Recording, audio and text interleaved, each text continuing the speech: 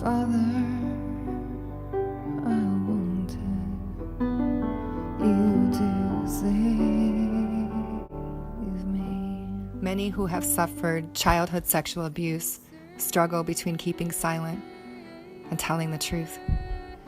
History's harsh flames flicker in all of our eyes, and many of us feel the grave risk of physical, emotional, or social death when we stand in the unconscious gaze of the crowd or stare into the bloodthirsty mouths of our jailers.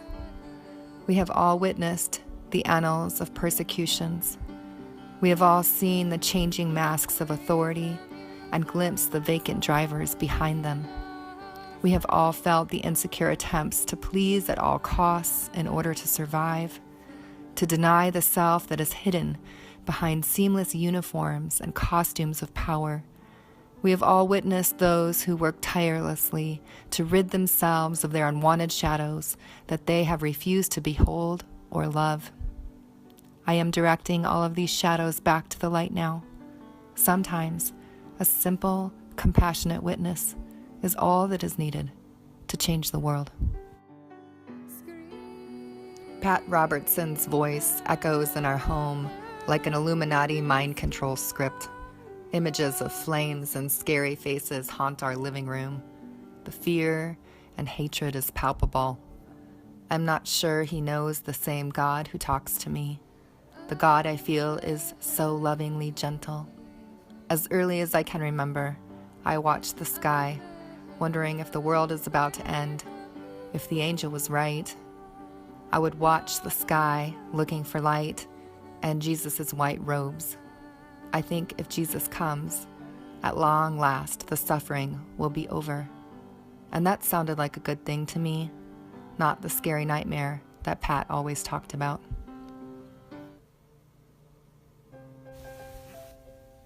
My father was a lieutenant colonel in the United States Air Force. He did top secret work. He told me he could tell me what he did, but he'd have to kill me. At the height of his career, he was invited to go and work at the Pentagon. When he refused the job offer because he had a gut instinct that it wouldn't be in the best interest of his children, the military told him to move to Greenland for 1 year without my mom. So he retired.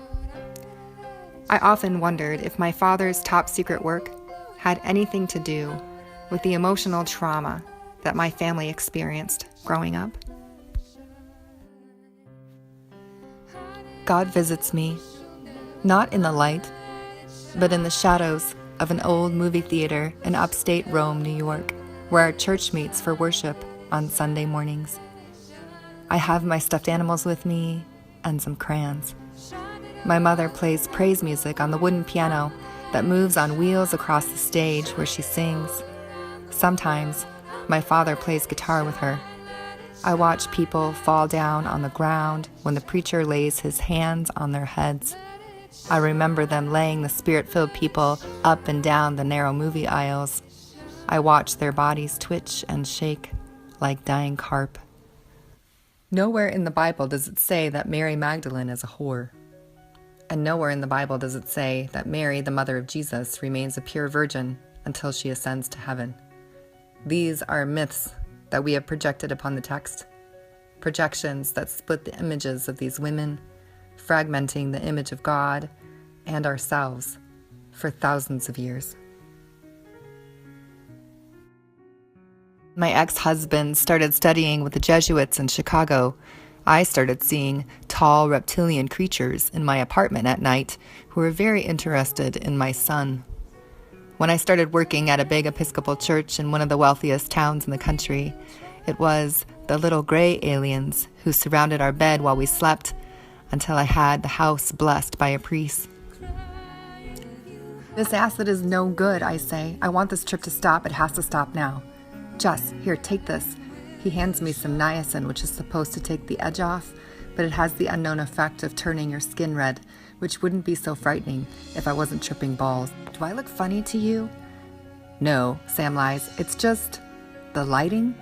He squished his eyebrows up to reveal his doubt. What's happening to me? I turn my fiery arms over and stare at my palms. I begin to see boils all over my body, which is severely shaking now. I throw up, and then I throw up again, and again, and again, until I am dry heaving uncontrollably, unable to make the reflex stop. Who made fun of you? The question echoes across a black universe of pain. Lots of people. My whole life, I whisper, suddenly finding it difficult to talk. Oh, Jesse, how could anyone be mean to you? I don't know. I try to hold back the childlike sobs, but the force is too strong, and the dam breaks anyway. I've just never figured out why I don't fit in. I think it has something to do with my parents' religion. Snot falls out of my nose and drips off my chin. Jesse, shh, don't cry. Try to calm down, okay? I don't like hearing you so upset when I can't be there to give you a hug. Is your bedroom door closed? Yes. Good. You don't want your parents to hear you. I know. Jesse, you know I care about you, right? Relieved, I croak out, yeah. I can hardly believe it.